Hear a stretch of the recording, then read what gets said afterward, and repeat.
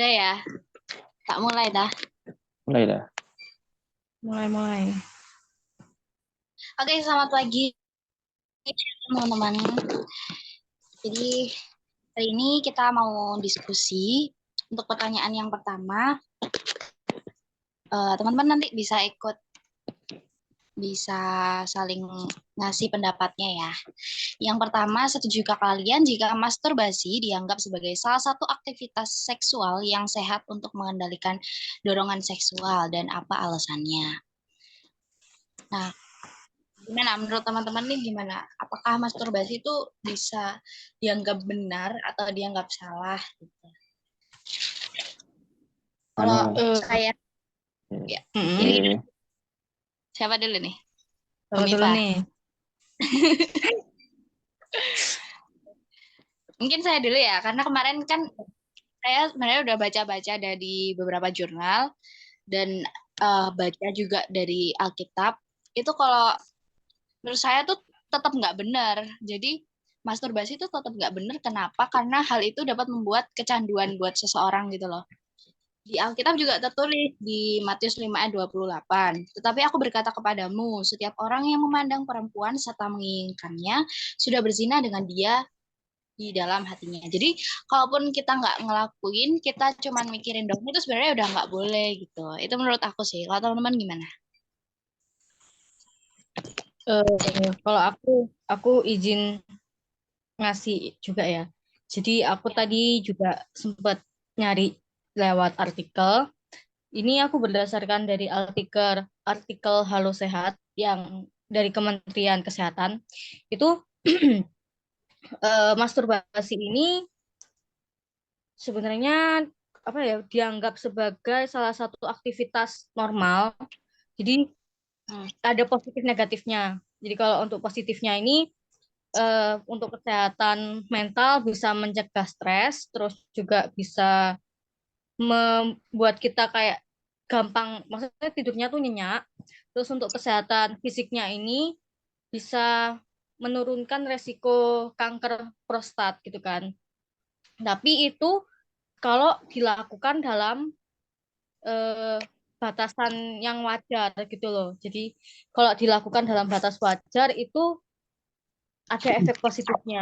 Tapi kalau kita udah sampai berlebihan itu udah termasuk ya udah ada efek negatifnya seperti yang kamu bilang tadi yaitu kecanduan. Terus nanti ada fantasi liar, punya fantasi liar. Terus kalau misalnya fantasi liar itu tidak tersampaikan jadinya stres. Kalau stres jadinya mengganggu eh, gimana kita bersosialisasi ke orang-orang gitu sih. Jadi kalau menurut aku normal, ya bisa dikatakan sehat, tapi dalam batas yang wajar gitu. Oke, jadi Marcel itu tetap nggak apa-apa ya, tetapi harus dalam batas wajar gitu ya. Tidak berlebih. Oke. Kalau dari Mas Romi mungkin gimana nih? Kalau dari aku sendiri ya, eh, sebenarnya kan di pertanyaannya kan ditanyakan setuju atau tidak. Kalau dari aku sendiri itu nggak setuju sih. Kenapa? Soalnya menurut pandangan Alkitab sendiri ya, eh, kalau Tuhan itu di Alkitab dikatakan di Efesus 5 ayat 3 itu dikatakan bahwa Tuhan itu mengajarkan kita untuk menghindari percabulan. Nah, di mana yang dikatakan tadi sama apa, Gaby, masturbasi itu kan juga zina, meskipun kita kan nggak melakukan hubungan seksual, tapi kan kita juga memikirkan hal tersebut. Kita mengingini, kalau kalau dari aku sendiri kan, aku laki, kita mengingini perempuan untuk melakukan hal tersebut, hal seksual tersebut. Nah, di situ dikatakan bahwa kalau meskipun mengingini aja, memikirkan hal tersebut itu termasuk zina atau cabul. Nah, seperti itu. Jadi kalau dari aku sendiri, menurut pandangan Alkitab dan juga ya di gereja juga, aku pernah tanya sih ke kakak pembina bahwa dikatakan kalau masturbasi itu memang eh, untuk kesehatan is okay, tapi dalam pengajaran gereja atau Alkitab itu sesuatu yang nggak kudus gitu loh. Masa kan kayak misalkan kita sebagai pelayan Tuhan, terus kita melakukan hal masturbasi setelah itu di gereja kan nggak kudus seperti itu. Dan juga memang di pada masturbasi ini kan juga apa ya, banyak manfaatnya gitu loh. Salah satunya yang dikatakan tadi sama Marcel, ya, kayak menghilangkan stres dan lain sebagainya. Tapi di balik manfaat tersebut ya juga banyak kerugian kalau memang kita Iya. melakukan masturbasi itu terlalu sering gitu. Jadi kalau dari aku sendiri ya tidak setuju untuk mengendalikan dorongan seksual. Kenapa? Ya juga kalau kita masturbasi terus untuk apa ya, sebagai pelampiasan kita untuk melakukan hal seksual, nah itu juga nggak baik. Kalau sering-sering, mungkin kalau kita punya pasangan dan lain sebagainya, ya kita bisa melampiaskannya karena kebanyakan masturbasi, kita bisa melampiaskannya dengan cara ya, yang enggak seperti itu. Mungkin dari aku itu. Benar-benar. Dan lagi aku mau nambahin ya teman-teman. Manusia ini kan punya sifat yang selalu nggak apa ya, kurang puas, selalu kayak gitu loh. Kayak sifatnya manusia tuh selalu pengen yang lebih gitu. Dan kalau misalkan kita mikir nggak apa-apa sekali aja, tapi pasti berikut-berikutnya tuh pasti bakal mikirin kayak gitu lagi. Itu Betul. sih. Iya, iya. Ini gimana nih Bintang nih? Diam aja. Jelas. Loh, jelas apa?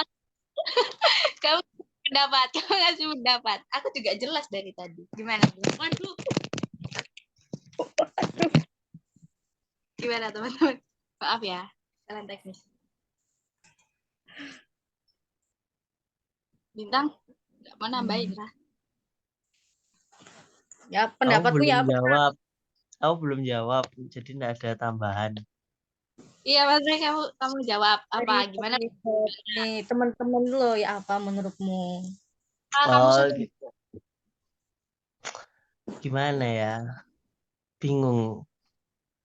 Soalnya apa ya? Eh, apa ya? Kayak bimbang gitu loh. Bukan bimbang, kayak bingung gitu loh. Dari segi kesehatan atau apa itu diperbolehkan, tapi dari Alkitab itu Enggak. satu hal yang bisa dibilang negatif gitu. Terus ya itu sebagai anak muda itu sebenarnya kayak kita tahu anak muda zaman sekarang itu labil ya. Labil itu kayak belum bisa menentukan mana yang benar mana yang salah gitu.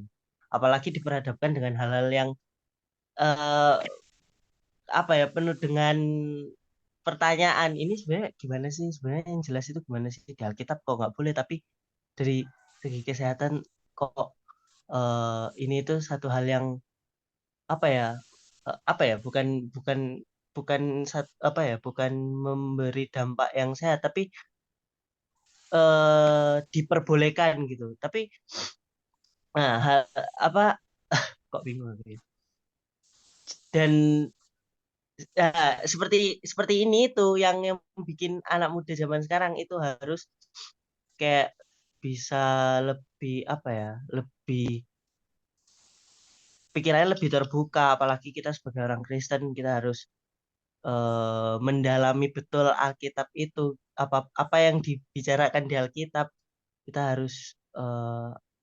harus bisa pahami sebenarnya apa yang Tuhan mau dari hal-hal seperti ini itu loh. Apa yang Tuhan itu tahu apa yang baik buat kita. Jadi kayak hal-hal seperti ini itu pasti Tuhan larang karena Tuhan tahu efek sampingnya untuk kita. Apakah itu bisa membawa kita ke dalam satu hal yang baik atau malah menjerumuskan kita ke dalam dosa gitu sih.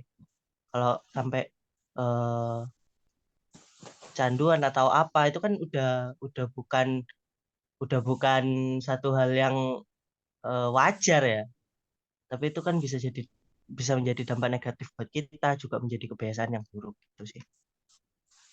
Oke, terima kasih. Jadi di sini kita gimana nih teman-teman? Lebih setuju diperbolehkan atau lebih baik enggak gitu?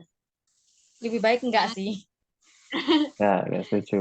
Ya, Ya, benar. Tadi benar kata Bintang itu Tuhan itu pasti udah tahu porsinya manusia tuh kayak gimana. Tuhan tuh udah ngerti kita sebagai manusia tuh kayak gimana. Seperti yang aku bilang tadi, kalau manusia tuh pasti pengen lebih-lebih terus, nggak pernah ngerasa puas itu kan benar ya. Jadi dalam Alkitab itu udah paling benar kalau ya sebenarnya janganlah. Gitu. Gitu aja sih. Ya, setuju nggak teman-teman? nggak setuju. Oke. Oke. Lanjut mungkin ke pertanyaan kedua. Ini Apakah enggak dicatat juga kenapa? Nanti, hasil diskusi Ya, enggak dicatat. ya Mas Rami yang nyatet.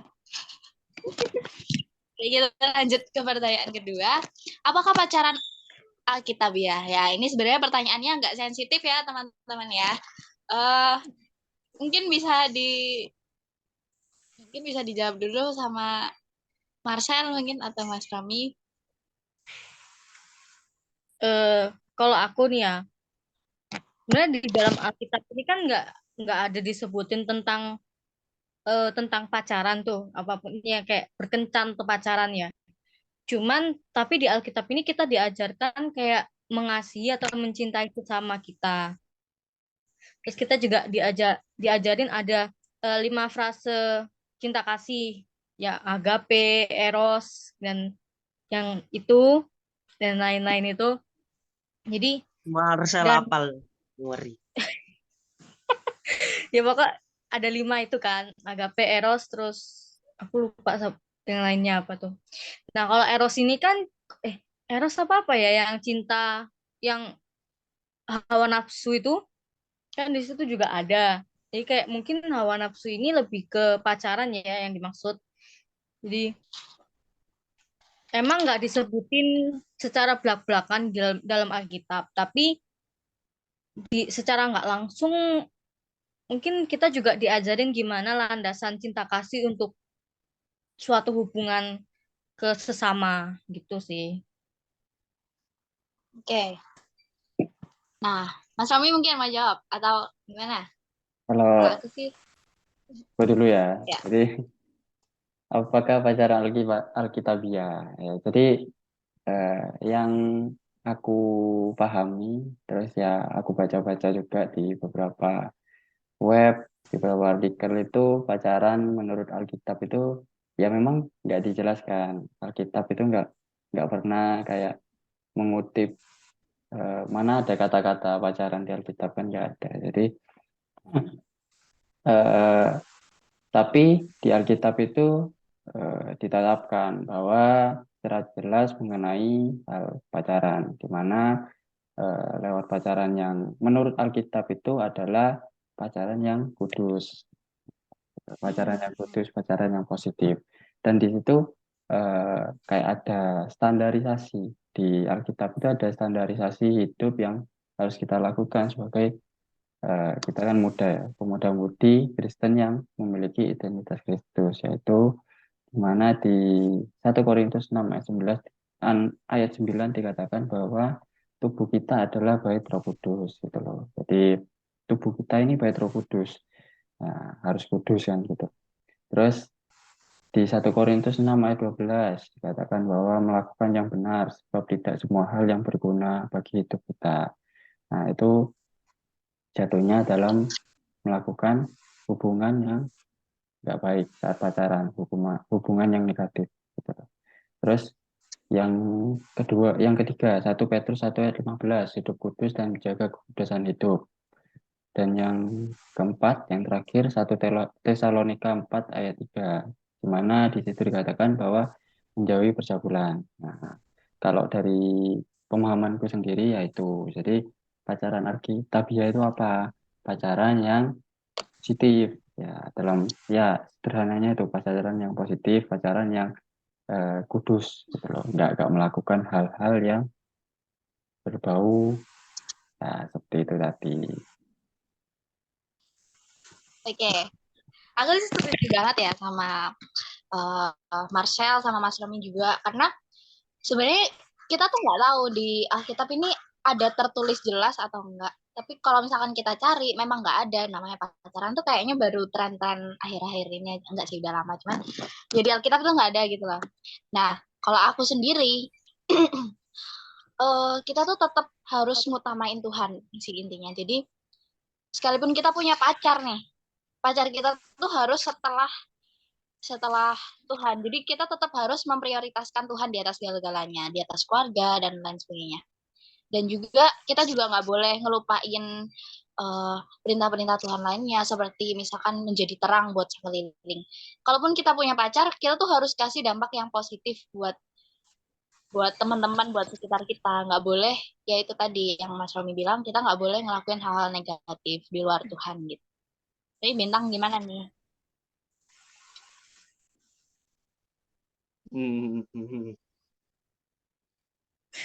Oke. SMS. Ya, tuh rambutku sampai Rek. Ya, kalau aku sebenarnya lebih tertarik soal 2 Korintus 6 ayat 14 sampai 15 yang isinya itu tentang pasangan seimbang. Jadi menurut 2 Korintus 6 ayat 14-15 itu adalah pasangan yang seimbang merupakan pasangan yang sama-sama percaya kepada Kristus Yesus sebagai Tuhan dan Juru Selamat dunia. Satu-satunya Tuhan yang hidup dan layak disembah. Nah, yang kita tahu soal pacaran ya, kalau zaman sekarang ini kan banyak banget pacaran yang apa ya? Ini melenceng nggak ya? Apa? Nggak Pasangan tahu. seimbang. Oh, Apa? melenceng nggak ya? Nggak, wis. Cek. Nah, Loh, aku nggak tahu soalnya, Rek, sumpah. Tak pikir pacaran Iku ono pacaran. soale. tadi kan sudah tak omongi, pacaran tuh Alkitabiah apa enggak menurut kita? Oh iya, tim pertanyaannya itu ya. Apakah pacaran Alkitabiah? Oh iya, Ding. Tak pikir yang saru-saru, bukan ya? Sorry. Jadi menurutku pacaran itu, kalau menurut Alkitabiah itu yang terutama itu pacaran apa ya? Pasangan yang seimbang, yang merupakan pasangan yang sama-sama percaya kepada Kristus Yesus. Ya itu yang kita tahu kan zaman sekarang itu pacaran banyak banget yang beda, yang apa gitu kan. Iya kan? Iya. Coba aku udah baca materi ya. Jadi pasangan apa ya? eh tadi siapa yang ngomong? Pokoknya kita harus bisa menomor apa ya? Yang nomor satu itu dalam hidup kita itu benar-benar Tuhan. Pasangan itu nomor dua. Kita itu harus ngutamain Tuhan walaupun di dunia kita itu mengasihi pasangan kita juga gitu loh, tapi tetap fokus kita itu kepada Tuhan. Gimana cara kita sama pasangan kita itu bisa sama-sama fokus ke Tuhan, bisa sama-sama menyembah Tuhan. Terus apalagi ya, Iman, yaitu kenapa iman. seiman. Iya, betul sekali. Seiman. Jadi bentar. Jadi apa dalam kekristenan juga pacaran itu disebutkan sebagai satu masa perkenalan antara dua pribadi yang menjadi satu kesatuan tubuh dalam kasih dan iman yang sungguh kepada Allah dengan tujuan melakukan apapun yang dianggap oleh Tuhan baik. Jadi kita itu diberi kesempatan buat Tuhan untuk mencari pasangan kita di dunia ini itu untuk bisa sama-sama menjadi berkat untuk orang lain, supaya kita sama pasangan kita itu juga bisa sama-sama menjadi berkat, jadi alatnya Tuhan tuh. Kalau menurutku sih gitu. Jadi kita kita harus bisa sama-sama melakukan apapun yang Tuhan perintahkan, yang menurut Tuhan itu baik. Itu sih. Oke. Jadi Mungkin kesimpulannya nggak? gimana nih teman-teman? Pacaran tuh alkitabiah apa enggak? Kalau menurutku sih enggak. Karena enggak ada di Alkitab. Iya, Dia emang nggak Ya, diterang secara belak-belakan sih. Ya, jadi Tuhan juga gak ya, mewajibkan buat kita punya pasangannya gak sih? ya cuman enggak ada kan. Tapi Hmm. yang paling penting yaitu Tuhan mewajibkan kita untuk bisa mengasihi, baik itu pria atau wanita.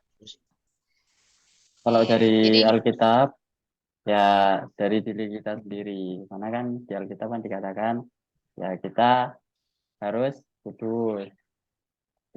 Tubuh kita adalah bait roh. Ya. Jadi bukan dari pacarannya, tapi dari diri kita sendiri. Karena pas kita pacaran, takutnya kan kita merusak diri kita sendiri karena pacaran itu. betul. Jadi kesimpulannya di sini kita menyimpulkan bahwa pacaran itu sebenarnya itu kehendak bebas yang dikasih Tuhan sama kita. Cuman kita harus menjaga perintah-perintah Tuhan tadi. Pertama itu tetap memprioritaskan Tuhan di atas segala-galanya, kemudian tetap mengasihi mengasihi sama ya. Jadi nggak bergantung sama. Gimana jelasinnya teman-teman? Ya pokoknya kesimpulannya kayak gitu. Ya, setuju. Gibi pacarnya siapa Gibi? Diam. Oke, selanjutnya kita langsung ke pertanyaan ketiga. Bagaimana pandangan Alkitab tentang pergaulan muda-mudi? Ya, mungkin bisa diawali sama Bintang ya, karena dari tadi Bintang terakhir jawabnya, sekarang Bintang yang pertama jawabnya. Oke. Chandra. Bagaimana pandangan Alkitab tentang pergaulan? Oke. Bagaimana pandangan Alkitab tentang pergaulan? Aku dapat di 1 Korintus 15 ayat 33 yang berkata bahwa janganlah kamu sesat pergaulan yang buruk merusakkan kebiasaan yang baik. Kita tahu sekarang pergaulan anak muda di sini, bukan di sini, di lingkungan kita mungkin itu banyak yang buruk gitu loh. Jadi ya itu tadi, kita harus bisa berpegang teguh dengan Alkitab supaya yaitu kita tidak terjerumus ke pergaulan-pergaulan yang buruk yang dapat merusak kebiasaan baik kita gitu loh. Kita tahu mungkin di luar teman-teman kita di luar kampus atau di luar gereja itu nggak semuanya anak baik-baik. Kita tahu banget kalau anak muda zaman sekarang itu bisa dibilang kayak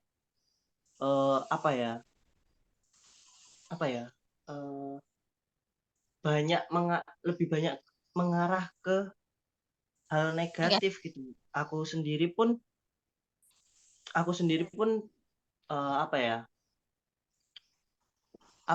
di luar kampus, di luar gereja itu harus bergaul dengan orang-orang yang benar-benar pergaulannya itu sebebas itu. Pergaulannya itu nggak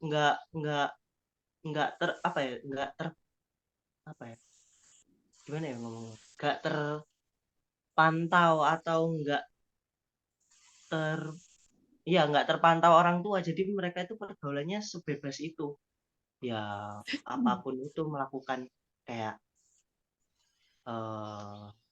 hal-hal cabul seperti itulah.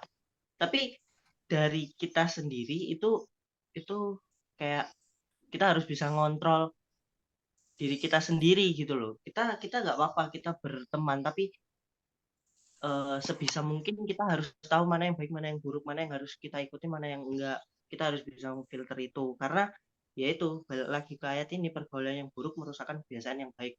Jadi ayat ini benar-benar sebagai anak muda kita harus ingat ayat ini terus, supaya dalam kita bergaul di luar sana, mau kita bergaul dengan orang-orang yang kita tidak tahu latar belakangnya, kita harus bisa masih berpegang teguh sama Alkitab gitu. Kita masih tahu mana yang benar, mana yang pas buat aku, mana yang baik buat aku gitu, mana yang nggak ngerusak diriku sendiri. Ya. Oke.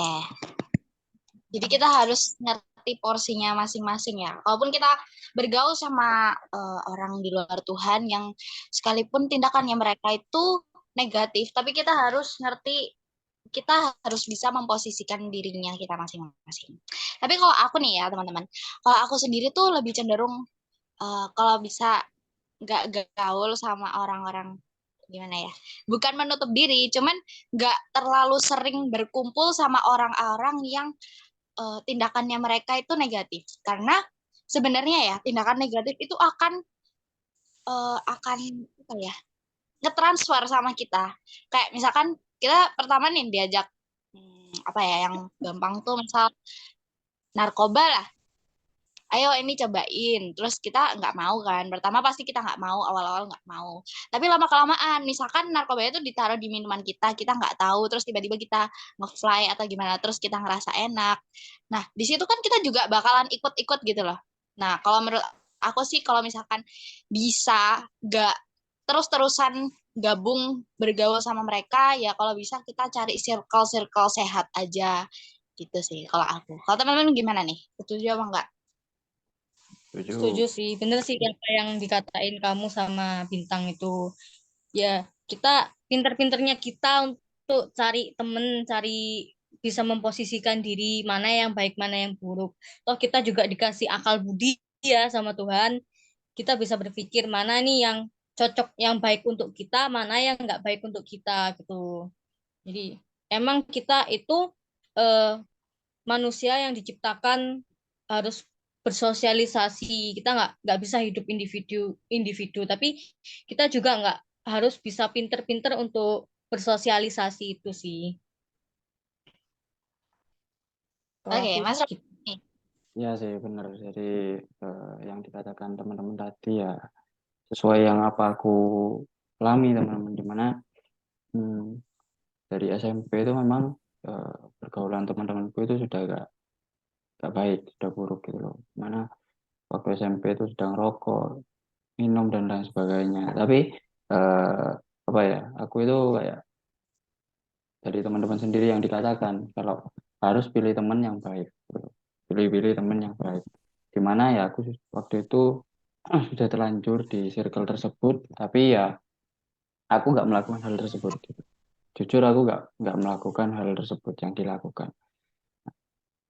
Tetapi ya memang yang dikatakan tadi, kalau memang kita sudah terbiasa, kalau memang kita masuk circle yang sudah nggak baik, lama-lama kita juga melakukan hal yang nggak baik gitu loh. Kayak kita sudah terbiasa dengan hal itu. Misalkan kayak setiap nongkrong atau setiap apa kita rokok, setiap apa setiap ini kita minum, ya itu kan eh, pergaulan yang buruk gitu, sikap yang buruk, kebiasaan yang buruk seperti itu. Itu sih tadi. Jadi kita menyimpulkan pandangan Alkitab tentang pergaulan muda-mudi ini gimana? Ayo, gimana nih teman-teman? Kalau yang dari aku tangkap ya, yaitu kita harus bisa memposisikan diri kita sendiri, kita harus bisa ngontrol diri kita sendiri untuk pergaulan-pergaulan yang zaman sekarang nih. Soalnya udah gimana ya, pergaulan zaman sekarang ini udah nggak bisa, susah banget buat ngefilternya gitu. Ya nggak sih? Ya betul. Ya, Oke, kesimpulannya ya itu tadi yang saya sebutkan. Pinter-pinterlah dalam memilih teman, pinter-pinter dalam memilih circle. Tetap sesuai, ya. yang pertama sesuai sama perintah Tuhan, sama Alkitab, itu penting banget. Ya, oke. Oke, kayaknya itu aja sih pertanyaannya, cuma 3 ya. Ya, Oke, terima kasih teman-teman untuk waktu dan partisipasinya. Mungkin nanti kesimpulannya bisa ditulis di itu ya, Mas. ya nanti ditulis aja. Tak kirim ke MMP. Oke. Sekian aja.